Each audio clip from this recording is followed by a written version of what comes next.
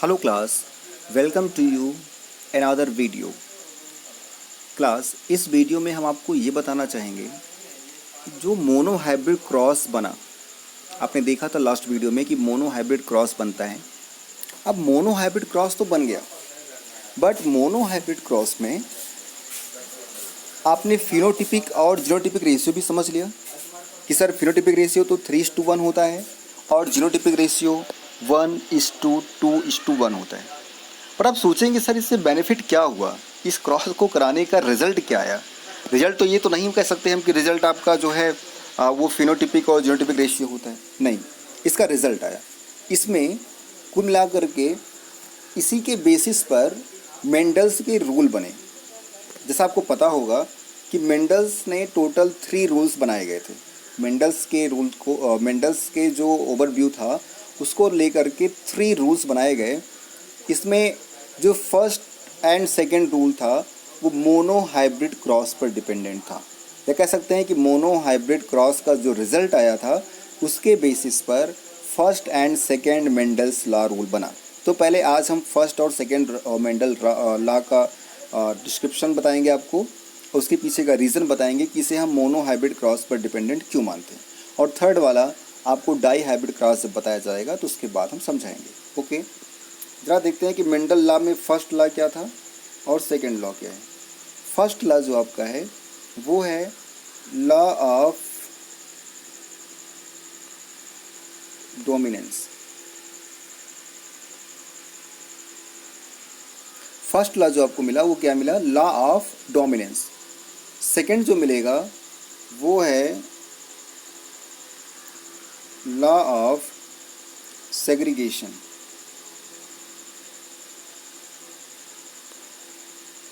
या इसी को हम law of purity of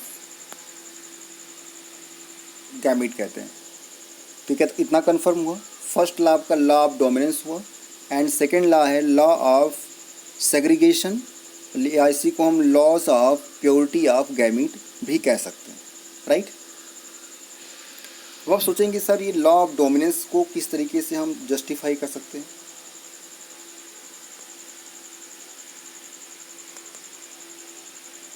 class, आपने जैसे देखा कि जब मोनो हाइब्रिड क्रॉस हुआ था तो मोनो हाइब्रिड क्रॉस में सबसे पहले पेरेंट जो हमने लिया था वो एक पेरेंट ऐसा था जो प्योर टॉल था, और जो सेकंड पेरेंट था वो प्योर डॉर्फ था। मीन्स एक आपका कैपिटल टी मिला और दूसरा वाला स्मॉल टी मिलता है। जब F1 जनरेशन आता है तब उस टाइम पे क्या बनता है, कैपिटल टी स्मॉल टी बनता है।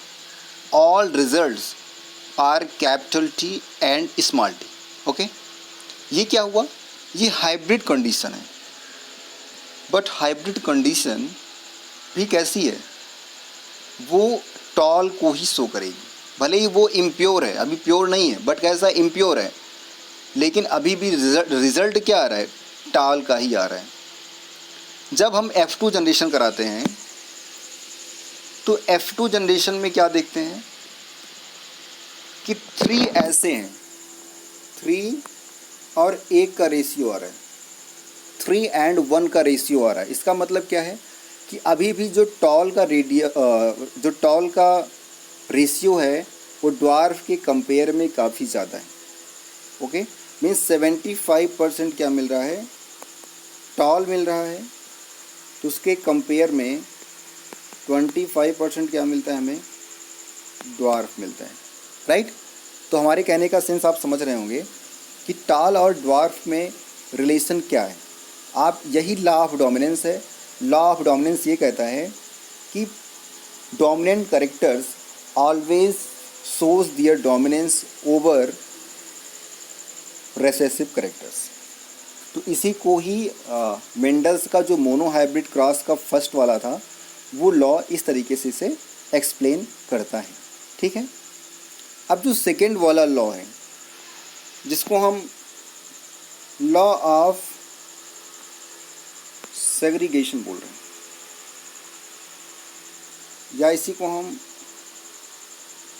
प्योरिटी ऑफ गैमीट बोलते हैं, law of purity of gamete बोलते हैं। ठीक क्लास, समझ में आ रही है? अब law of purity of gamete कैसे समझते हैं? आपने देखा पहला स्टेज आता है पेरेंट वाला, दूसरा होता है F1 वाला और तीसरा होता है F2 वाला। तीन आया, parents, F1 and F2। Okay, parents में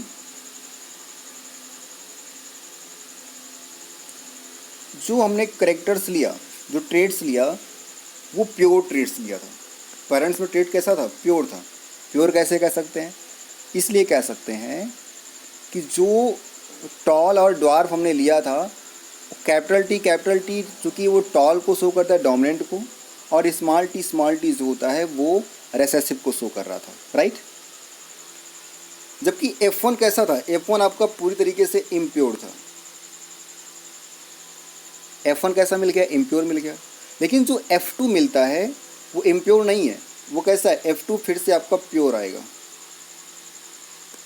F2 कैसा? प्योर आएगा। क्यों? क्योंकि इसमें कैपिटल टी एक बार बन रहा है और एक आपका स्मॉल टी बन रहा है। इसका मतलब है वो जो पेरेंट्स था वो F2 में जा कर के वापस रिकवर हो रहा है। तो इसी को हम क्या बोलते हैं? सेग्रीगेशन बोलते हैं, या इसी को हम प्योरिटी ऑफ गैमीट कहते हैं। तो क्लास आपको समझ में आ गया होगा कि लॉ ऑफ डोमिनेंस और लॉ ऑफ सेग्रीगेशन या law of purity of gamete को हम मोनोहैबिट